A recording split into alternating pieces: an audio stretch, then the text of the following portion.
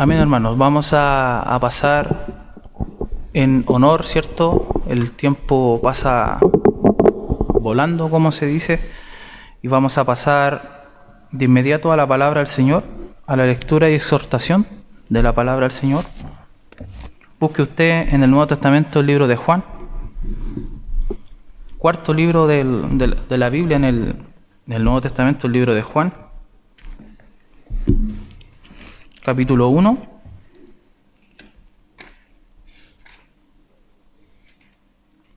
Búsquelo ahí con toda calma. Y vamos a leer la palabra del Señor, la eterna y poderosa palabra del Señor.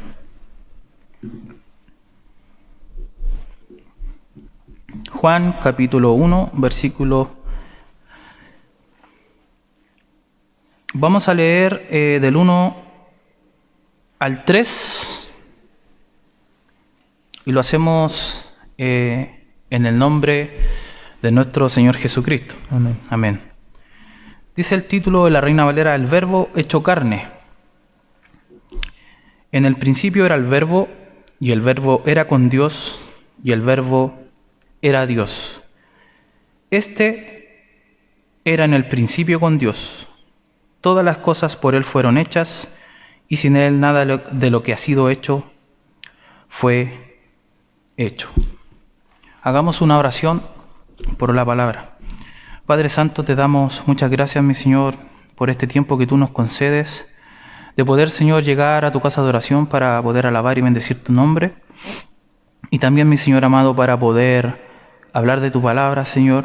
Sabemos que somos barro, Señor, en las manos del alfareros. Señor, tú permites, Señor, que sea de bendición esta palabra, Señor, sea hablando, Señor, a tu pueblo, a los necesitados, Señor, principalmente espiritualmente.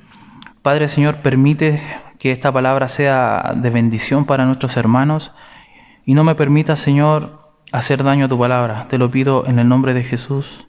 Amén. Amén. Amén, mis hermanos. Bueno, como decía, doy gracias a Dios por la oportunidad de estar acá y vamos de lleno a la palabra del Señor en honor al tiempo. Gracias al Señor hemos podido, ¿cierto?, transmitir los días martes. Les comento brevemente que se me ha podido conceder la oportunidad de predicar y el Señor ha puesto en mi corazón poder predicar el libro de Juan de una forma sistemática, de una forma cronológica, y hoy vamos a partir por el capítulo 1, ¿cierto?, y lo que hemos leído del versículo 1 al 3. Principalmente vamos a exhortar el versículo 1. Y a modo de introducción, la apertura, la sección de este evangelio, la apertura de Juan expresa la verdad más profunda del universo, lo han llamado los teólogos, en términos súper claros, de términos transparentes. En términos básicos, el libro de Juan se puede explicar cómo este Dios infinito, eterno, se hizo hombre en la persona de nuestro Señor y gran Dios Jesucristo.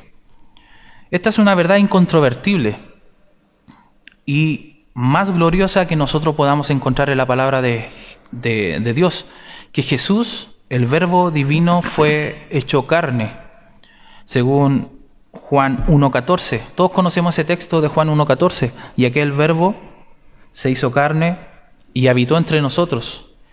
Hizo su tienda, en el griego dice tabernaculizó, dice en el griego. Puso su plenitud, su cuerpo, Dios vino en carne y pudo habitar entre nosotros. Y ese es el tema principal del libro de Juan, del Evangelio de Juan. Tenemos que entender que la deidad de Jesucristo, de nuestro Señor Jesucristo, es un principio esencial y no negociable de la fe cristiana. No sé si usted sabía que hay sectas que niegan que Jesús es Dios, que hay personas que dicen que Jesús no es Dios, que Jesús fue un gran profeta, que Jesús es una creación de Dios o la primera creación. como dicen por ahí algunos sabatistas o adventistas. Pero la Biblia en reiteradas maneras nos dice que nuestro Señor Jesucristo es Dios en la carne. Hay sin duda muchos pasajes de evidencia bíblica directa que prueban que de manera concluyente que Jesús es Dios. Juan registra varias de estas declaraciones para mantener el énfasis en la deidad de Cristo. Lo que llama la atención del Evangelio de Juan, primeramente a modo de introducción, es que Juan nunca se refiere a sí mismo en su Evangelio como el autor directo. De hecho, ninguno de los 4 evangelios menciona o identifica dentro al autor. Esto lo sabemos por el estudio de la historia universal de la Iglesia, que nos dice quién es el autor. Entonces, ahí vamos comprendiendo y sabemos que es Mateo, Marcos, Lucas y Juan. Mientras que Juan es mencionado 20 veces en los otros evangelios, nunca es mencionado en este evangelio por su nombre. Nunca. No obstante, él escogiera referirse a sí mismo de otra forma, como el discípulo que Jesús amó. Siempre él le asombra, como se diría, le voló la cabeza o impresionado por el hecho de que se sintió ser tan amado por Jesucristo. A él es que encontramos en los últimos capítulos de Juan, acostándose o apoyándose en el pecho de nuestro Señor Jesucristo. Juan es conocido, o comienza a ser conocido como el Hijo del Trueno. Nuestro Señor Jesucristo lo llama directamente como el Hijo del Trueno. Él tiene un hermano llamado Jacobo, en español Santiago, pero su nombre es Jacobo.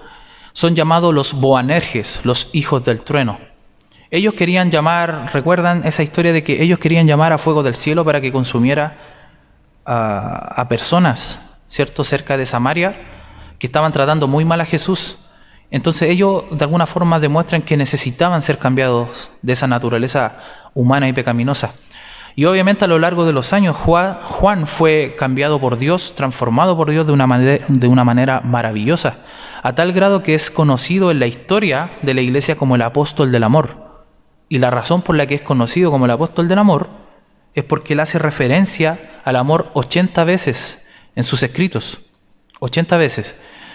Entonces, de una manera directa, de una manera genuina, debemos reconocer que él es identificado como el apóstol del amor. Y también es una realidad que Juan estaba preocupado por la verdad, como deberíamos estar preocupados todos nosotros predicando la verdad. Él menciona la verdad 25 veces en su evangelio y 20 veces en las epístolas juaninas, 1 de Juan, 2 de Juan, 3 de Juan. Entonces 45 veces él habla acerca de la verdad del evangelio, 80 veces él habla del amor y más de 100 veces en este evangelio usa la palabra o el concepto creer. Entonces podríamos unir estos 3 conceptos y decir que Juan quiere que creamos en la verdad para que podamos entrar en una relación íntima de amor con nuestro Señor. Juan tuvo un padre llamado Zebedeo. Ellos tuvieron un negocio de pesca en Galilea. El nombre de su madre es María Salomé. En el original griego es Miriam, no María, Miriam Salomé. Y de acuerdo con Juan 19:25, ella pudo haber sido hermana directa de María, la madre de nuestro Señor, lo cual haría que fueran parientes de Jesús. Y como le dije, Juan comienza teniendo un carácter bastante agresivo, bastante radical, severa. Incluso siendo egoísta, la madre de Juan y Jacobo le dice si él y su hermano podían sentarse a la derecha y a la izquierda de Jesús en el reino. Y a lo largo de los años la obra del Señor, el Espíritu Santo trabajando en ellos, ¿cierto?, continuó haciendo la obra en sus corazones. Más adelante también con el apóstol Pedro, él se convierte en el apóstol del amor, el apóstol de la verdad y el apóstol de la fe. Y eso es lo que vamos a encontrar en este hermoso evangelio. El evangelio de Juan en sí mismo, identificado por muchos a lo largo de los siglos, los grandes teólogos de la historia, sobre todo en la Reforma, lo llamaron el más santo de los santos, el Santísimo en el Nuevo Testamento. Es el lugar más sagrado al que uno podría ir realmente, De hecho, si hay un capítulo más sagrado en la Biblia, entera sería el capítulo 17 de Juan, donde nuestro Señor Jesucristo ora al Padre en esa oración íntima, intertrinitaria, intercediendo por usted y por mí. Ve la iglesia en un futuro. Realmente no hay nada como eso en ninguna otra parte de las Escrituras. La oración sumo sacerdotal de Jesús. Ese podría ser considerado, como en el antiguo pacto, usted se recuerda, el propiciatorio del lugar santísimo. Pero Juan con frecuencia es llamado lugar santísimo porque en este evangelio la gloria de nuestro Señor es desplegada de una manera plena. Dios se demuestra y se revela a la humanidad y a los escogidos. Y en el antiguo pacto usted sabe que eso no era accesible a la gente, pero ahora se ha vuelto accesible porque nosotros entramos con de nuevo, ¿cierto?, en el nuevo pacto, porque el velo ha sido rasgado, el camino está abierto y podemos entrar con de nuevo a la presencia de Dios. Y al entrar al Evangelio de Juan, nosotros, como un sacerdote del antiguo pacto, podemos entrar, ¿cierto?, en el día de la expiación y tenemos acceso al lugar santísimo para ver la gloria de Jesucristo revelada en la Biblia.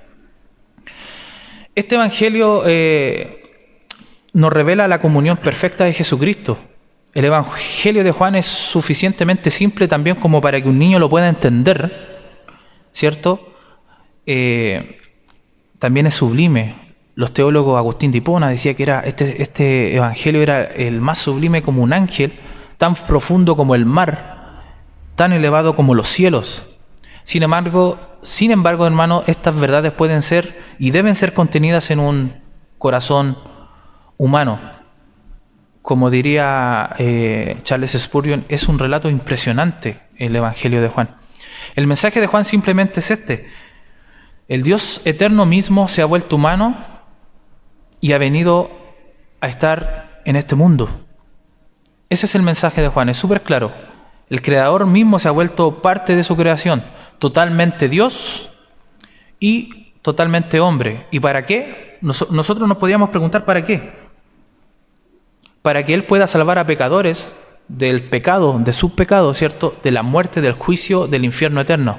Ese es el mensaje de Juan, principalmente ese es el mensaje de Juan, que el Dios eterno, infinito, trascendente, que todo lo conoce, todopoderoso, que está en todo lugar, incambiable, eterno, ese Dios verdadero y vivo, a quien al mismo tiempo es un Dios y sin embargo también es tres personas, Padre, Hijo, Espíritu Santo. Él se ha vuelto hombre. En el versículo 14 de Juan capítulo 1 podemos leer la frase esa que establece el verbo se hizo carne. El verbo fue hecho carne significa, ¿cierto?, como lo dice Mateo 1, ¿cierto? Mateo 1, en el nacimiento de Cristo el ángel le dice, lo llamarás Emmanuel, lo cual significa en el hebreo Dios con nosotros, porque ese bebé mismo, esa criatura, es de hecho Dios con nosotros. En Lucas 1:32, versículo 35, Él debía ser llamado Hijo del Altísimo, Hijo de Dios porque es deidad en carne humana.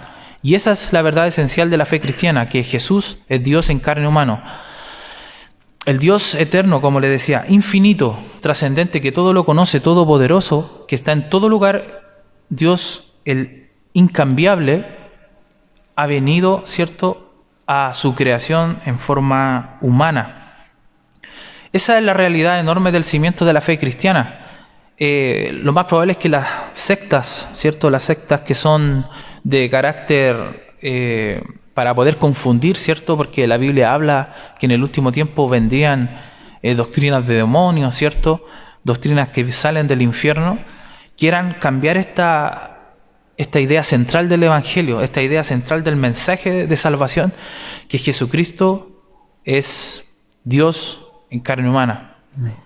Hay 4 evangelios que cuentan la historia de Jesucristo, el gran ministerio, ¿cierto? 3 de ellos, Mateo, Marcos, Lucas, nos dan la historia terrenal. 3 de ellos ven el nacimiento, la vida, las experiencias, los viajes, el llamado de Jesús a sus seguidores, la enseñanza, las parábolas, los acontecimientos de su vida, incluyendo el arresto de Jesús, su juicio, su ejecución, su resurrección y muchas características con las que estamos nosotros familiarizados y las conocemos bastante. En estos llamados evangelios sinópticos. En la teología estos se llaman evangelios sinópticos porque son la sinopsis de la vida terrenal de Jesucristo. Mateos, Marcos y Lucas. Pero Juan no nos da la historia terrenal. Juan no nos da la perspectiva histórica de la vida de Cristo. Juan nos da la historia celestial. Él nos da la perspectiva sobrenatural de Cristo y de esa manera Juan es único dentro del canon de la Biblia. Es único. 90% de lo que está en Juan no está en Mateo, Marcos o Lucas. 90% de lo que podemos encontrar en el Evangelio de Juan, que está declarado bajo la inspiración del Espíritu Santo, no está en los otros evangelios. Así de celestiales este evangelio. No quiere decir que los otros evangelios no contengan doctrina y no contengan la palabra del Señor, sino que nos referimos, ¿cierto?, a establecer la doctrina de que Jesucristo es Dios, la deidad de Jesucristo. Por ejemplo, en el Evangelio de Juan no hay nada acerca del nacimiento de Cristo, si usted lo ha notado. No hay nada acerca de la primera etapa de la vida de Cristo. No hay nada acerca del bautismo de Cristo. No hay nada acerca de la tentación de Cristo. No hay nada acerca de la transfiguración de Cristo. No hay nada acerca de los viajes de Cristo. No hay nada de la agonía de Cristo en el huerto de Getsemaní. No hay nada de la ascensión, ¿cierto?, al cielo, porque Juan no está centrado en la historia de su vida. Tampoco hay parábolas, porque las parábolas son historias terrenales. No hay ninguna historia terrenal. Este es su libro celestial. Esta es la mirada celestial del Señor Jesucristo. Este podría ser llamado el evangelio más celestial. Y lo más importante, mis hermanos, es que este evangelio tiene un propósito. Antes de soltar los versículos, quiero decirle el propósito principal de este evangelio. El propósito de Juan es convencer al pecador de la persona real de Jesucristo. ¿Quién es verdaderamente Jesucristo? La persona de Cristo, ¿cierto? Como dice Juan 20:31, para que creáis que Jesús es el Hijo de Dios y para que creyendo en Él, ¿cierto?, tengáis salvación en su nombre, tengas vida en su nombre. Entonces, principalmente este libro es un libro de salvación, es un libro altamente evangelístico. Las personas y los hermanos que se quieren dedicar, muchas veces me han dicho, hermano, yo quiero predicar a la calle, ¿qué hago? ¿Alguna técnica? No hay técnica. La técnica, si usted lo quiere llamar así, es memorizar Biblia y sobre todo el Evangelio de Juan. El Evangelio de Juan es altamente evangelístico. Para que tengamos salvación, para que usted tenga salvación, debemos creer en el verdadero Cristo. ¿Cierto? Juan 20:31 dice, estas cosas han sido escritas para que creáis, y esa es una palabra que Juan ocupa 100 veces dentro del mismo Evangelio, para que creáis que Cristo es el Hijo de Dios, ¿cierto? Y para que creyendo tengáis vida y vida eterna en su nombre. Para tener vida eterna, nosotros debemos creer en el verdadero Cristo, no en el Cristo de las sectas, no en el Cristo falso, no en la representación errónea de Cristo, no en el Cristo de la intuición humana. Usted conversa con una persona y inventa un Dios, inventa un Cristo. Yo siempre lo digo, uno conversa con una persona y sí conocen a Cristo, Cristo históricamente. Lo celebran muchos en la Semana Santa, ¿cierto? O sea, dejan de comer carne, comen pescado, ¿cierto? Pero después de eso vuelven a vivir como el anticristo, como dice. ¿Por qué? Porque no tienen el Espíritu Santo y no lo conocen.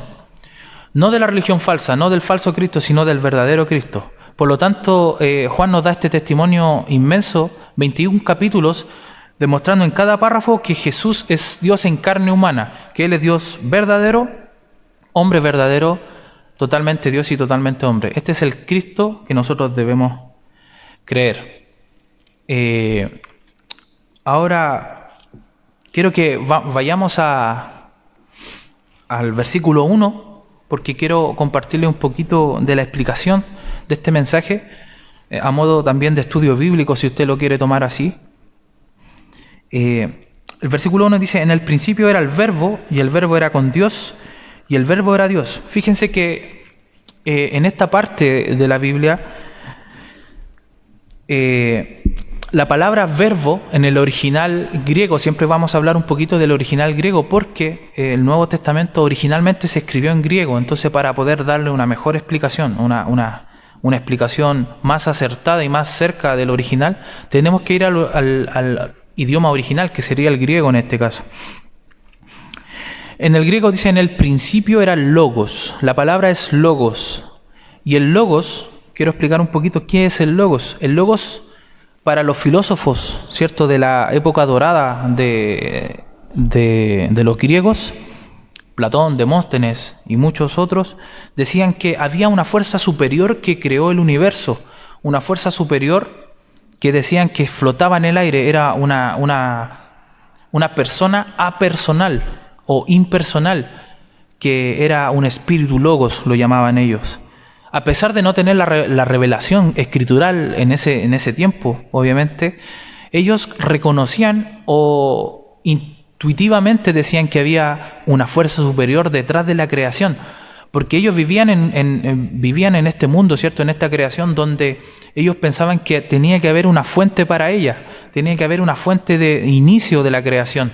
Como muchas veces nosotros, antes de ser cristianos, quizás nos preguntábamos quién hizo este mundo tan hermoso, los animales, el mar, las estrellas, ¿cierto?, la arena, los montes, y cada parte donde usted quizás va cuando vacaciona y disfruta, ¿cierto?, del paisaje. Muchas veces nosotros llegan estas preguntas a nuestra mente de quién creó todo esto, quién fue el ingeniero que está detrás de todo esto.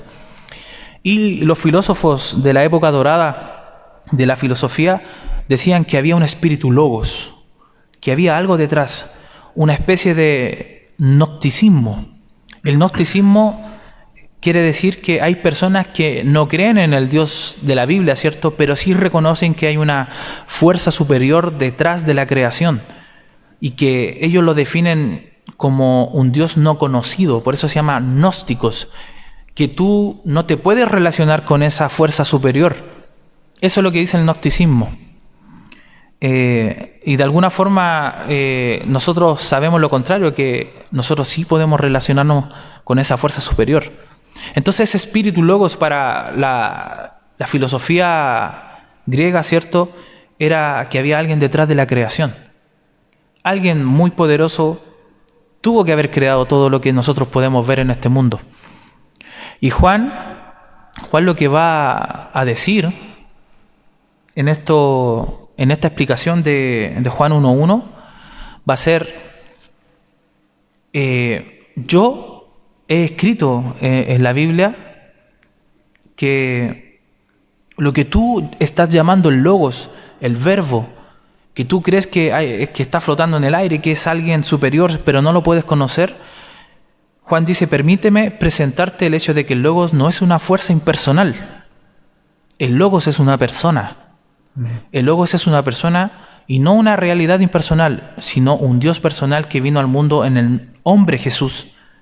No solo un concepto filosófico, sino una persona real. Entonces, la idea del logos ya vamos comprendiendo y aprendiendo, ¿cierto?, de que Juan escribe, y no por casualidad, ¿cierto?, en el principio era el verbo. ¿Por qué dice en el principio? ¿Cuál es ese principio? En el principio de Génesis 1.1. Génesis 1.1 dice, en el principio Dios creó los cielos y la tierra, donde Dios da inicio al tiempo, al espacio, ¿cierto? Nosotros somos seres cuadridimensionales, vivimos en altura, anchura, ¿cierto?, profundidad y tiempo. Eso Dios lo creó en Génesis 1.1 para establecer, ¿cierto?, las leyes naturales en este mundo. Pero lo que quiere decir ahí el griego es in archi en el griego, que significa en el principio, significa que ya en el principio el verbo estaba existiendo, que el verbo ya estaba continuamente. Eso es lo que significa en el griego. El logos, que es Cristo, estaba existiendo continuamente, o mejor dicho, eternamente, ya en el principio cuando Dios estaba creando. Eso es lo que significa. Entonces, la primera cláusula de Juan 1.1 sería, en el principio era el verbo, en el principio de todo lo creado, ya estaba Cristo, existiendo eternamente. Pero ahí no termina el versículo, dice, y el verbo era con Dios.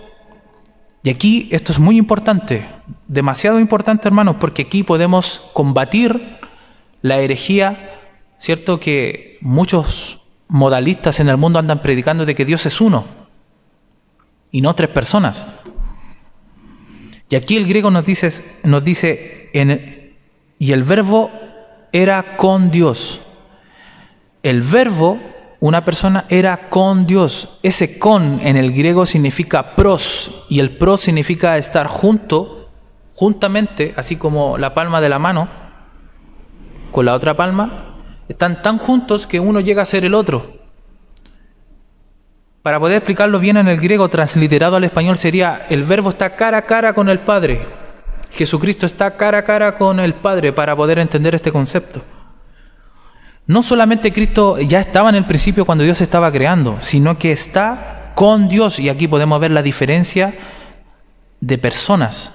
Ese logos, ese verbo, el davar en hebreo, estaba con Dios. Hay una distinción del Padre con el Hijo. Y ese pros es tan importante, mis hermanos, en el griego, porque ese con Dios significa que está tan apegado, tan cara a cara, tan junto con el Padre, que la tercera cláusula dice: y el verbo era Dios. La palabra de Dios nos dice que Jesucristo es Dios, reiteradamente, en muchas partes. Resumiendo, en el principio era el verbo, todo lo creado, ya estaba Cristo existiendo, ¿cierto? Él no es una cosa creada o el primer ser creado, como dice algunos mormones, ¿cierto? Medio hermano de Satanás y de Adán. Esa es la herejía mormona. Los testigos de Jehová dicen que Jesucristo es el primer ser creado por el Padre, también otra herejía.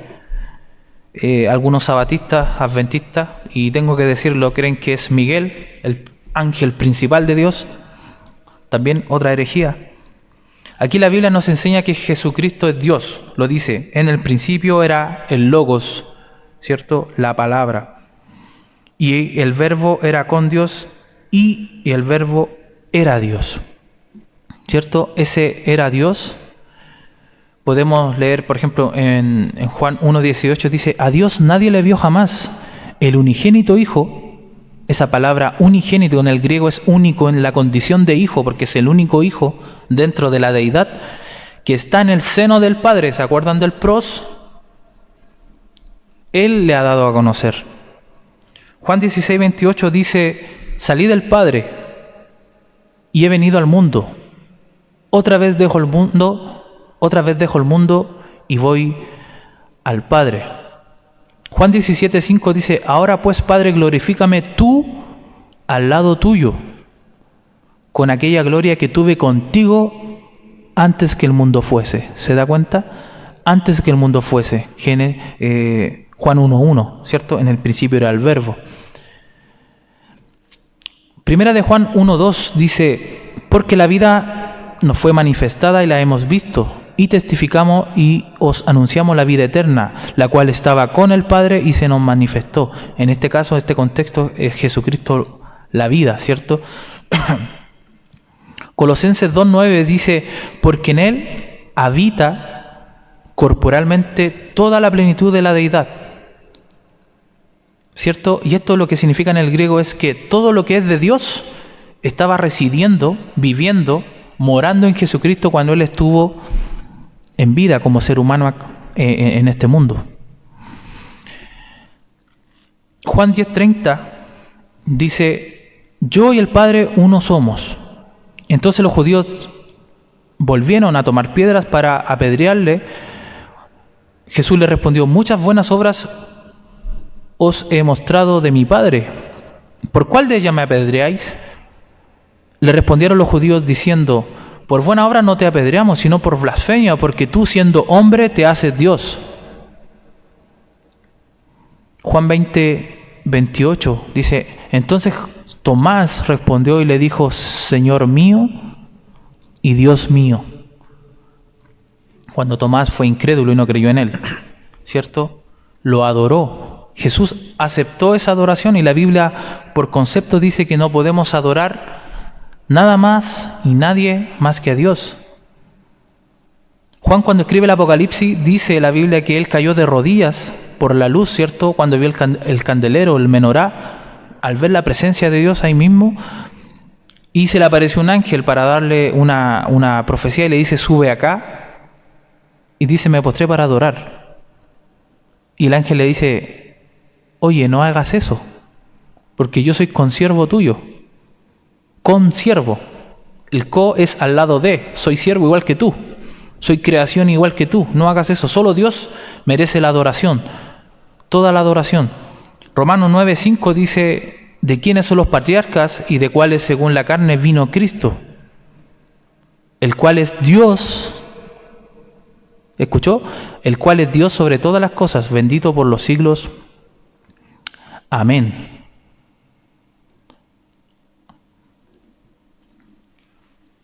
Primera Timoteo 3:16, me gusta este versículo, hermano, porque esto reafirma lo que estamos viendo. E indiscutiblemente grande es el misterio de la piedad. Dios fue manifestado en carne, justificado en espíritu, visto de los ángeles, predicado a los gentiles, creído en el mundo, recibido arriba en la gloria. En Mateo 1:23 dice, he aquí una virgen concebirá y dará a luz a un hijo, y llamará su nombre Emmanuel, que traducido es Dios con nosotros. Muchas veces nos imaginamos esa frase Dios con nosotros como que Dios está al lado de nosotros, como que recibimos el apoyo de Dios, aunque es así, claramente, pero Dios con nosotros se refiere a la persona de Jesucristo con nosotros, con la raza humana. Lo más importante, mis hermanos, de esta enseñanza, para ir terminando y concluyendo, es que poder estudiar, me acuerdo que mi hermano Marcos Camo lo decía hace un tiempo atrás, poder estudiar y meternos a los libros y estudiarlos sistemáticamente, versículo a versículo, es una gran bendición. Podemos sacar mucho de la palabra de Dios y aprender. Personalmente, cuando yo empecé a enseñar este pasaje, o esta parte de la Biblia, muchos hermanos me decían que llevaban muchos años en el Evangelio y no sabían quién era Jesucristo. Muchos pensaban que era el Hijo de Dios, aunque lo es. Dentro de la Trinidad, Él es Hijo de Dios, unigénito, ¿cierto? El único en su especie. Pero de alguna forma negaban o no tenían en su mente, grabado en su corazón, ¿cierto?, que Él es Dios, que Él es creador. Y cuando yo le dije, hermano, Jesucristo es creador, pero decían, pero si el Padre es el creador, y separan el Padre del Hijo, y al separar al Hijo del Padre, subyugan a Jesucristo y lo ponen por abajo. No se olvide, hermano, que Jesucristo es Dios. Cuando Él toma una naturaleza humana y viene a este mundo, se pone por debajo del Padre, porque un ser humano es una creación de Dios y por ende no es, de alguna forma, por decirlo de forma fácil y práctica, el ser humano no es más que Dios. Filipenses 2 habla de eso, de que Él se hizo semejante, ¿cierto?, a nosotros como siervo, se humilló, dejó la gloria, no dejó sus atributos omni, no dejó su poder, no dejó el poder de la deidad, porque si hubiera dejado eso y viene a la tierra como ser humano, los testigos de Jehová tendrían razón, que es un Dios rebajado. Pero damos gracias a Dios que no tienen la razón, porque Jesucristo es Dios y en Él reside toda la plenitud de la deidad. Juan 1:3, que también lo leímos, dice, todas las cosas por Él fueron hechas y sin Él, estamos hablando de Jesucristo, nada de lo que ha sido hecho fue hecho. Y de esta manera cerramos esta idea. En el principio era el Verbo, en el principio de todo lo creado que usted puede ver, ya estaba Jesucristo, ya estaba el Hijo de Dios con el Padre morando en la eternidad. Y el Verbo era con Dios, ¿no ve? Ahí ve la distinción entre el Hijo y el Padre. Y el Verbo era Dios. Ahí vemos el principio de unidad, ¿cierto?, de divinidad, que el Hijo es Dios al igual que el Padre. Este era en el principio con Dios. Jesucristo estaba con el Padre ya en el principio. Todas las cosas por Él fueron hechas, todo lo creado, todo lo que usted se puede maravillar en este mundo, todo lo que usted incluso puede adquirir, ¿cierto? Cuando nosotros necesitamos algo, tenemos que pedirle a nuestro Padre Celestial. Cuando estamos necesitados, y eso nos cuesta. Muchas veces nos afanamos. Yo personalmente soy una persona bastante afanada. Y el otro día mi esposa me decía, tú tienes un Padre, pídele lo que necesites.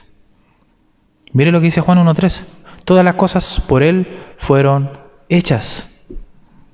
No tenemos nada que dudar, nada que temer. Todo lo que está en este mundo, todo lo creativo, de principio creativo, ¿cierto? Materia, creación, seres humanos, animales, vegetación, ¿cierto? Anfibios, reptiles, crustáceos, todo lo que usted pueda disfrutar en este mundo, todas las cosas por Él fueron hechas. Y sin Él, sin Jesucristo, nada de lo que ha sido hecho fue hecho. Él es el Creador. Él es el Creador. Mis hermanos, con esto concluyo. Personalmente, Dios ha puesto este mensaje en mi corazón, quizá un poco más a modo de enseñanza, para que podamos aprender y entender quién es Jesucristo. Él es el Logos de la filosofía que hablaban hace 300 años antes de Cristo. Él es el Logos, es la palabra de Dios. La palabra de Dios que Dios envió en el Antiguo Testamento es Jesucristo mismo. Hay textos que dicen, vino palabra del Señor a Isaías. Esa palabra en el griego, cuando dice vino palabra, es el Hijo yendo a dar el mensaje. Todo lo que Dios habló, lo habló a través del Hijo. Le voy a leer Hebreos 1. Hebreos 1, 1 y 2 dice, Dios habiendo hablado muchas veces y de muchas maneras en otro tiempo, a los padres por los profetas, en estos postreros días nos ha hablado por el Hijo, a quien constituyó heredero de todo y por quien asimismo hizo el universo. ¿Se da cuenta que Jesucristo es el que hizo el universo? Jesucristo hizo el universo. Hebreos 1:8 dice, más del Hijo dice, tu trono, oh Dios, por el siglo del siglo, cetro de equidad es el cetro de tu reino. Y esto es impresionante, mis hermanos, porque esto está tomado del Salmo 45 y dice, más del Hijo dice, o sea, el Padre hablando, dando este mensaje, dice, tu trono, oh Dios, el Padre le dice al Hijo, tu trono, oh Dios, nombrando al Hijo Dios, el propio Padre, por el siglo del siglo, cetro de equidad es el cetro de tu reino. Has amado la justicia y aborrecido la maldad, por lo cual te ungió Dios, el Dios tuyo, con óleo de alegría más que a tus compañeros. Así que, hermano, esta palabra yo creo que ha sido de bendición poder aprender, entender quién es Jesucristo. Lo práctico de esto, mis hermanos, hay algo muy práctico, que la Biblia promete salvación y vida eterna, ¿cierto? Como dice Juan 17, la vida eterna consiste en que te conozcan a ti, el Dios verdadero, y a Jesucristo, al que tú has enviado. La vida eterna está en conocer, hermano. Muchas veces hay personas que hablan en contra de la palabra, que no estudiamos la palabra. Que Dios reprenda todo ese pensamiento que viene del infierno. Tenemos que estudiar la palabra, porque dice que la vida eterna consiste en conocer a Dios. ¿Y dónde lo conocemos? En la Biblia. Invierta tiempo estudiando la Biblia, invierta tiempo orando, pidiéndole al Señor palabra, ¿cierto? Es la única forma que podemos cambiar nuestra naturaleza. La Biblia es la suprema por sobre todo pensamiento, toda ideología. Como hizo un pastor amigo, la única forma que nosotros podamos cambiar nuestra mente y la forma de pensar, si tú estás sufriendo de ansiedad, crisis de pánico, enfermedades, créeme que la Biblia, solamente la lectura, sobre todo de Juan, puede sanarte. Yo esto lo he contado antes, no me tomó tantos minutos, pero yo teniendo una profunda angustia, depresión, yo leí el Evangelio de Juan y el Señor me sanó por la lectura. Lo hice con fe. No gracias a mi fe Dios me sanó, porque ese es un mal principio. Dios sana soberanamente. Pero Dios permitió la sanidad. Yo le pedí al Señor que me hablara por su palabra y Él me habló en el texto. Y cuando yo puse mi mirada en la palabra, todos mis males se fueron. En ese minuto cuando estaba pasando la prueba. Y es una experiencia maravillosa poder estudiar la Biblia.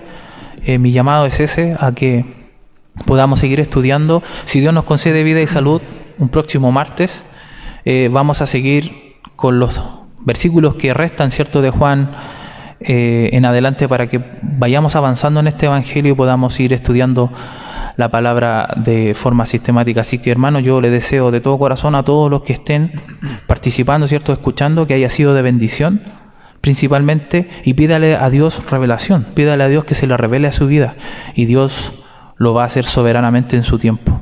Así que para el Señor, solo para Él es la honra y la gloria. Amén. Amén. Que el Señor nos bendiga, y qué hermoso es escuchar la palabra del Señor. Qué hermoso es su evangelio, el evangelio de Juan, el cual también estoy leyendo y tratando de memorizarlo porque es precioso. La primera vez que lo leí me encantó, me enamoré, y ahí estoy cada día tratando de memorizarlo también para evangelizar, que ese es un mandamiento que nos da el Señor. Hermanos, vamos a pasar a orar para dar gracias al Señor por su palabra, y también haremos en la misma oración una oración por los enfermos. Amén. Amén. Padre Santo, Todopoderoso Rey de los cielos y la tierra, Señor, Creador de todo el universo, te damos gracias, Padre, por esta palabra tan hermosa, Señor. Gracias por la Biblia, Señor, que nosotros tenemos ahora el privilegio de tener en nuestras manos y de leerla cada día, Señor, para conocerte a ti.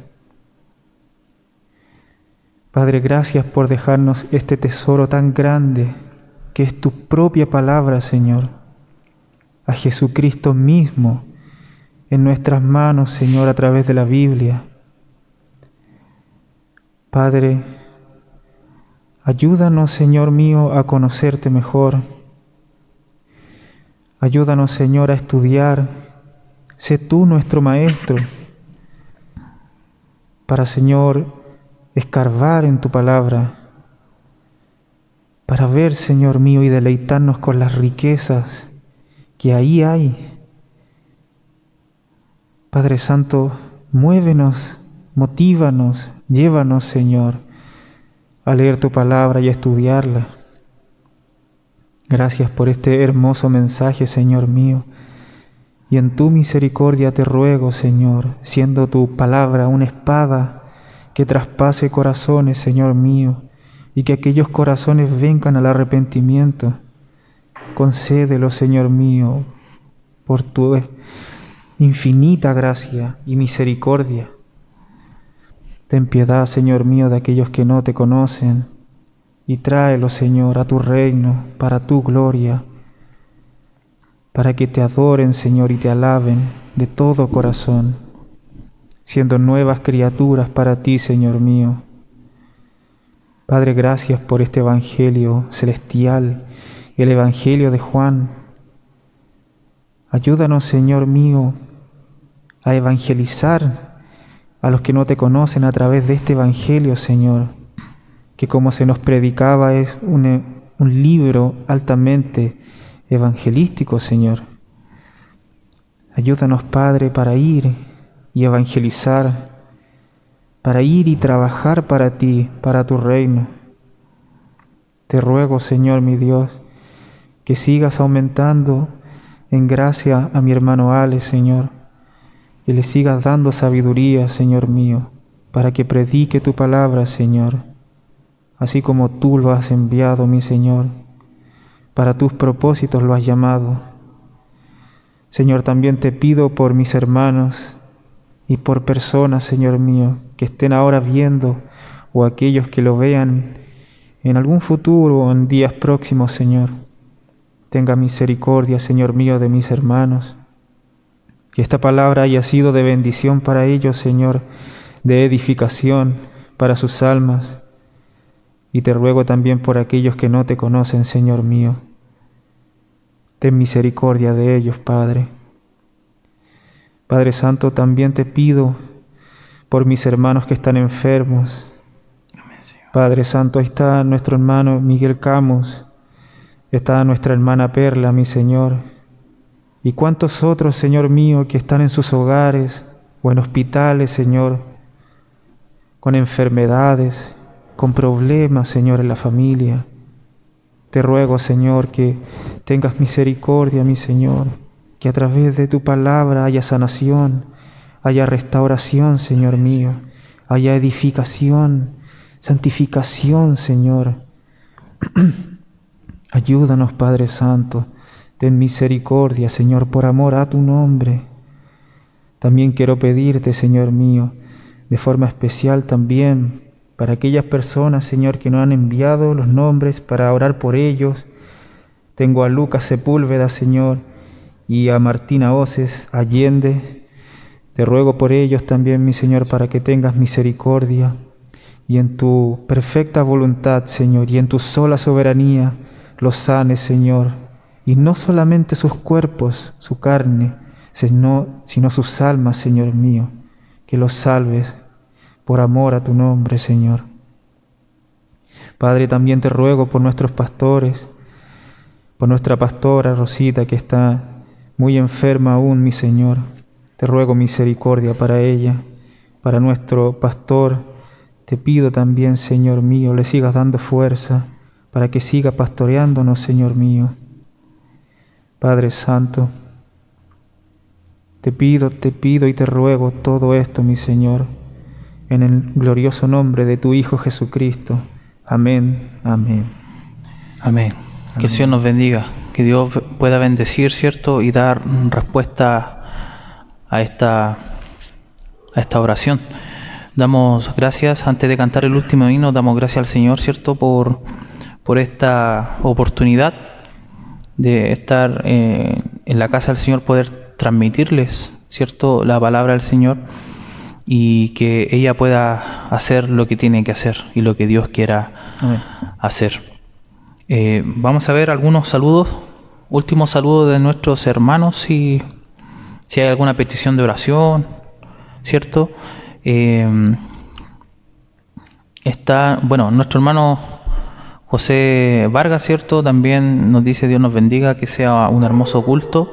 Sin duda lo ha sido, el Señor ha estado con nosotros, ¿cierto? Que Dios les dé de toda gracia y virtud, cariño a nuestros pastores, iglesia en general.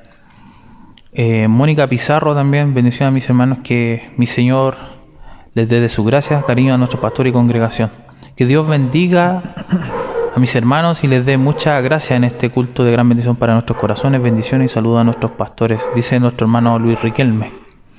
¿Quién más tenemos por ahí? Nuestra hermana Luz Ulloa nos dice: Dios les bendiga, mis hermanos, y saludos a toda nuestra iglesia y nuestros pastores.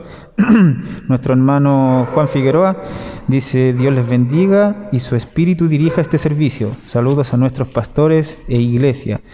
Nuestra hermana Rosa Bravo también dice: muy profunda su palabra e interesante y muy clara. Gracias al Señor. Un cordial saludo a mis pastores e iglesia en general. Y también nuestra hermana Pamela Valenzuela nos está viendo. Así que le damos gracias, hermanos, por compartir esta tarde con nosotros este servicio desde sus casas, y que esta palabra haya sido de mucha bendición para ustedes también, mis hermanos. Pasaremos al himno final. Amén. Que está en los himnarios, el 315 de los himnarios, para que nos acompañen en esta hermosa alabanza que se canta en las calles, ¿no? Amén.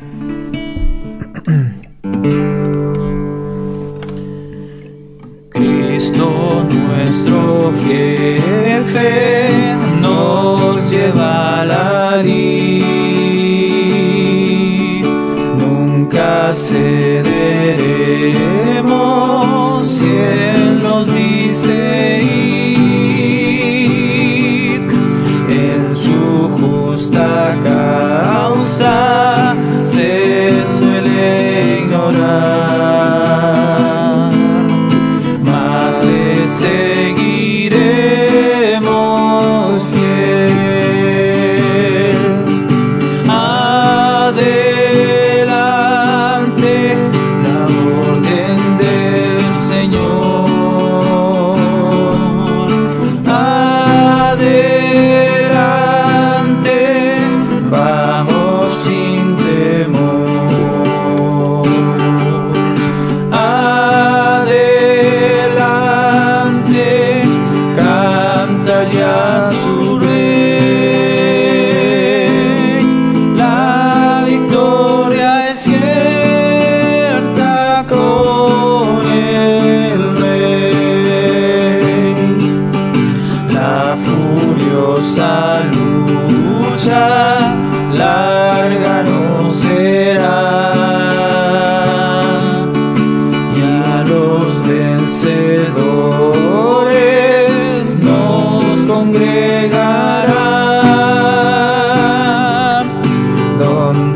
cantaremos un himno triunfal.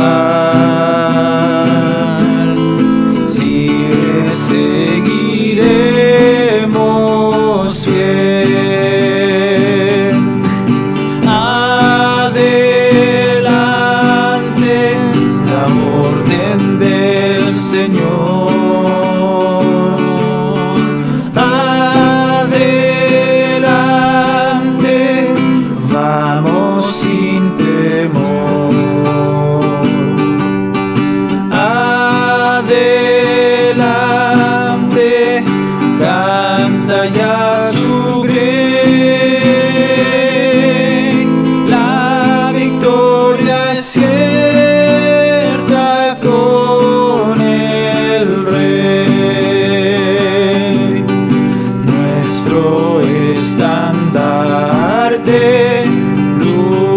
Por doquier, con poder y gloria, siempre se ha de ver. Cristo nuestro jefe al mundo venció. Si le seguiremos fiel. Adelante, la orden del Señor.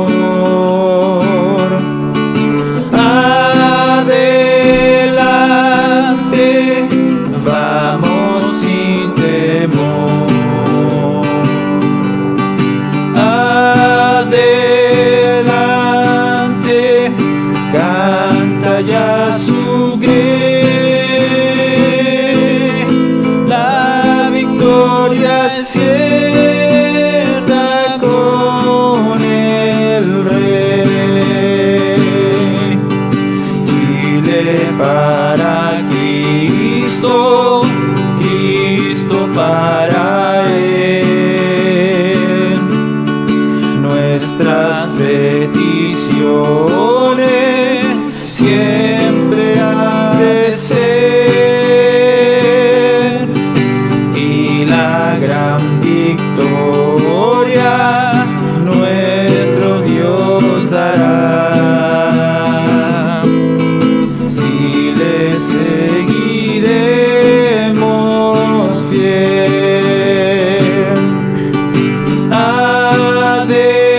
Adelante, la orden del Señor.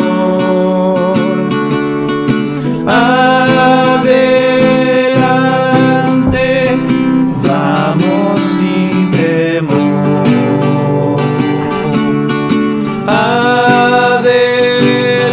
Adelante, canta ya su grey, la victoria es cierta con el Rey. Amén, que el Señor nos bendiga y toda la gloria sea para nuestro Señor.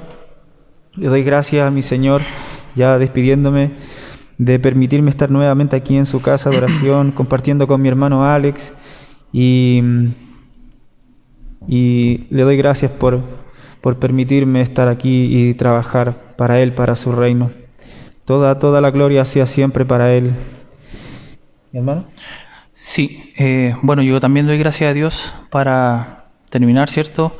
Esperamos que haya sido un culto de bendición en esta tarde helada, ¿cierto? Que el calor del Señor haya estado, y sobre todo, como decía nuestro hermano Antonio, lo más importante, el consejo de su palabra. La palabra puede hacer milagros, la palabra puede sanar, convertir el alma, ¿cierto? Disipa las tinieblas. Así que esperamos que todo lo que se haya hecho solamente el digno y merecedor de toda alabanza, toda gloria es nuestro Señor Jesucristo. Amén. Así que voy a dejar a mi hermano para que pueda pedir la bendición, ¿cierto? Amén. Por este culto. Amén. Amén. Padre Santo, aquí estamos, Señor mío, ante tu presencia, y te damos gracias, Señor, porque tú diriges, Señor, nuestras vidas. Tú diriges, Señor, todo para tu causa, para tu propósito, Señor mío. Te damos gracias por permitirnos estar aquí y que este servicio haya salido, mi Señor, y haya llegado a nuestros hermanos, a sus casas, Señor. Y que muchos más puedan verlo, Señor mío, pero principalmente para que escuchen tu palabra, Señor. Para que tú sigas salvando, Señor, almas, y para que tú sigas, Señor mío, reconfortando almas también, sanando, Señor, y bendiciéndonos, Padre Santo. Gracias por tus eternas misericordias, Señor mío. Gracias por tu infinita bondad y fidelidad. Gracias porque siempre estás con nosotros, Señor mío. Tú nunca nos abandonas. Tus promesas son sí, Señor, y perdónanos a nosotros cuando somos infieles a ti, cuando somos fríos, Señor, hacia ti, cuando muchas veces preferimos otras cosas que no tienen sentido en vez de estar en oración contigo o en tu palabra, Señor. Perdónanos, Señor, porque nosotros somos infieles, pero tú eres fiel. Padre mío, gracias por esta nueva vida que nos has dado, Señor. Y gracias por sostenernos cada día. Padre, y te ruego nuevamente que tengas misericordia con aquellos que no te conocen, Señor, para que lleguen a las iglesias, no solamente a esta o cualquier otra iglesia sana que esté aquí a los alrededores, Señor, sino que salves, Señor, salves para tu gloria. Estas misericordias te las pido, Padre eterno, en el nombre de tu Hijo Jesucristo. Amén, amén.